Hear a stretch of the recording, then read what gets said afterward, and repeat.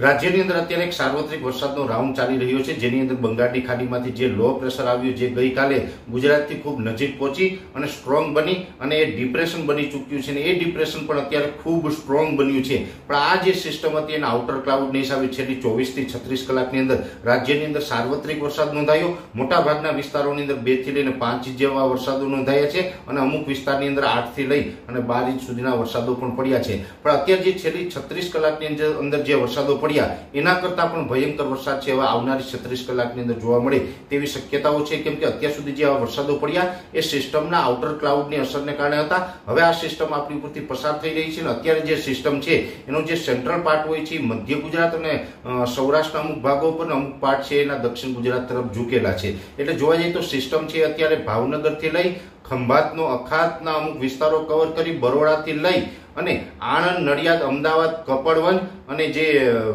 વિરમગામ અને સાણંદ સુધીના વિસ્તારો છે આ વિસ્તારો ઉપર અત્યારે આ સિસ્ટમનો સેન્ટ્રલ પાર્ટ છે. આ સિસ્ટમ અત્યારે ધીમે ધીમે પશ્ચિમ તરફ ખસી રહી છે. એટલે આ કચ્છ અને સૌરાષ્ટ્રના પાર્ટ ઉપર થઈને પાકિસ્તાન તરફ આ સિસ્ટમ આગળ વધવાની છે. પણ આ સિસ્ટમ એ તરફ આગળ વધે ત્યાં સુધીમાં આજે 26 તારીખ સાંજ સુધી, 26 તારીખને રાત્રિ, 27 તારીખે રાત અને 28 તારીખ સવાર સુધી, એટલે કહી શકાય કે આવનારી 36 થી 40 કલાકની અંદર રાજ્યની અંદર એક પ્રકારે મેઘતાંડવ થવાનું છે. અનેક વિસ્તારોની અંદર 15 ઇંચ કરતા પણ વધારે વરસાદ પડી જશે અને અમુક વિસ્તારોની અંદર વરસાદ છે આપણી કલ્પના બહારના પણ પડી શકે છે. એટલે આપણે સાવધાન રહેવાનું છે, સાવચેત રહેવાનું છે. હું તો સરકારને, સરકારી તંત્રને પણ અપીલ કરી રહ્યો છું કે એનડીઆરએફની ટીમ હવે તૈયાર રાખજો.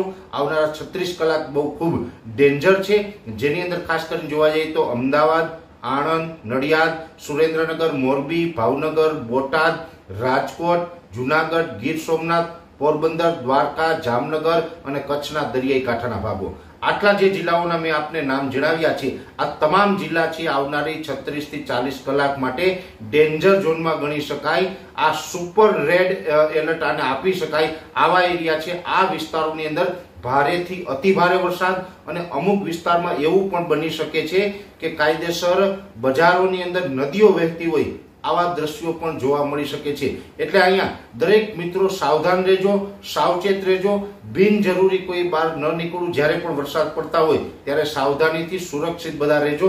કેમ કે આ વરસાદો હવે જે પડવાના છે એ અમુક વર્ષના રેકોર્ડ તોડી નાખે એટલા ટૂંકા ટાઈમની અંદર વરસાદો જે છે એ આ સિસ્ટમને કારણે પડવાના છે. જો કે મેં આપને નામ જણાવ્યા એ વિસ્તારોની અંદર આ વરસાદ છે અતિ ભારે પડવાના છે. એ વિસ્તારોને બાદ કરતા ઉત્તર ગુજરાતના પણ સાબરકાંઠા, બનાસકાંઠા, પાટણ, મહેસાણા અને અરવલ્લીની અંદર પણ એકંદરે સારા વરસાદ પડશે.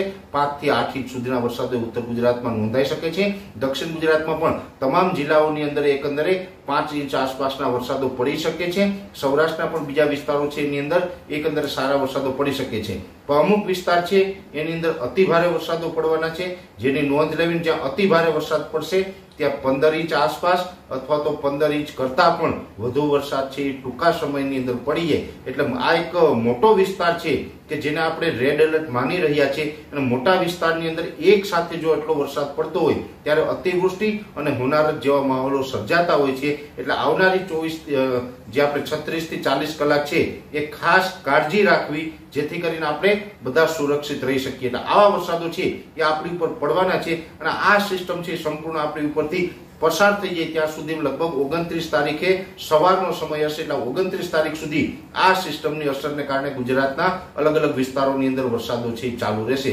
આવું ચોક્કસ મારું માનવું છે.